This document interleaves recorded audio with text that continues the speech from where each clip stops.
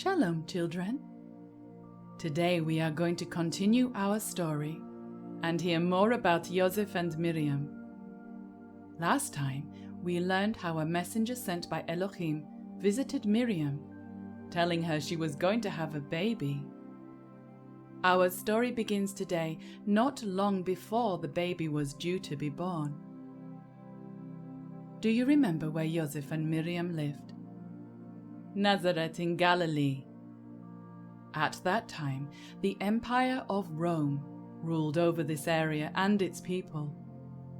Now, the Roman Empire was the most powerful empire at that time. The ruler of the empire was called Caesar Augustus. Do you know how much money it takes to build such a large empire? Lots and lots of money. Big buildings are built to show how powerful you are.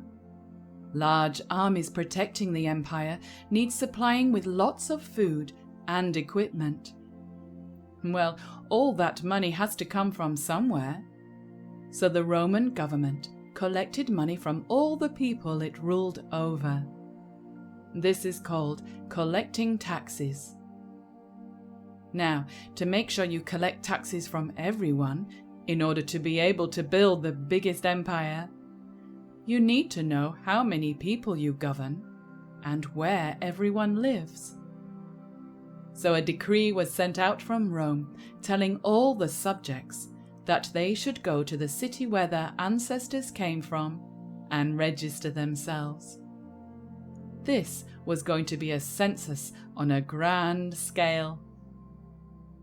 In the Torah, Yahweh once told Moshe to take a census of all the males 20 years and older who came out of Mitzrayim.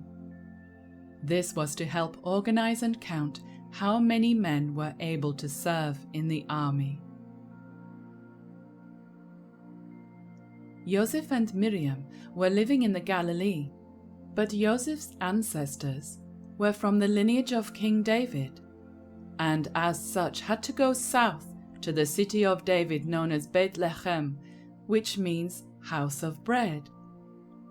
Joseph set off with Miriam from the Galilee and traveled nearly 80 miles all the way to Yehuda.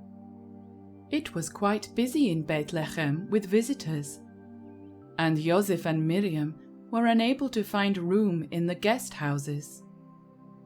It is not recorded exactly where they ended up staying at night time, but it happened that Miriam gave birth to Yeshua whilst they were there. The scriptures tell us she wrapped the newborn baby in strips of cloth. Children, do you know what a shepherd is? It is someone who looks after sheep or goats. Well, nearby to the city of Beit-Lechem there were fields, and in them on the night of Yeshua's birth, shepherds were keeping watch over their flocks. Beit-Lechem is only 6 miles away from the temple, where lots and lots of sheep were needed for the daily sacrifice. And do you remember which feast it was that the children of Israel were instructed to sacrifice 1 lamb per household and eat it with unleavened bread and bitter herbs? Yes, it's the Feast of Passover. That's a lot of sheep and goats needed for the temple. It could be that those shepherds were watching over animals that may have been sacrificed in the temple, and even chosen for Passover. Well, the shepherds were out in the fields watching over the sheep, when suddenly a messenger of Elohim stood before them. The glory of Adonai shone all around them, and they were terrified. The messenger told them not to be afraid. He was bringing them good news, which would bring great joy. He told them a Savior who is Messiah, the Master, was born that very day in the city of David. He said, "You will find the baby wrapped in cloth strips, laying in a feeding trough." Suddenly, a whole crowd of heavenly host appeared in the sky praising Elohim.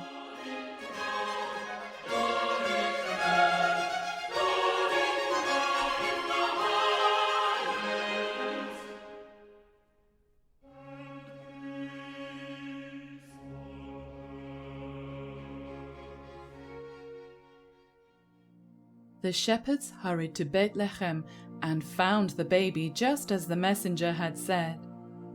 They told Joseph and Miriam all about what had happened out in the fields, and everyone who heard was amazed. Many hundreds of years before Yeshua was born, the prophet Micah said, "But you, Beit-Lechem, you who are little among the tribes of Yehudah, out of you shall come a governor who shall rule my people Israel." Our story today demonstrates how powerful and mighty Elohim is.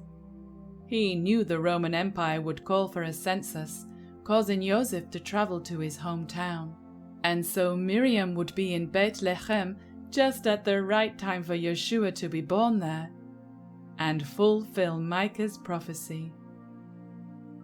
Well, children, that is the end of our story for today. So we will see you next time for another exciting journey in the life of Yeshua. Shalom. Oh come, Emmanuel,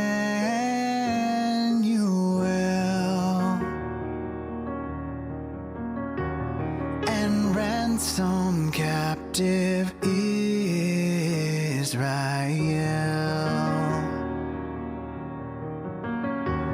that mourns in lonely exile.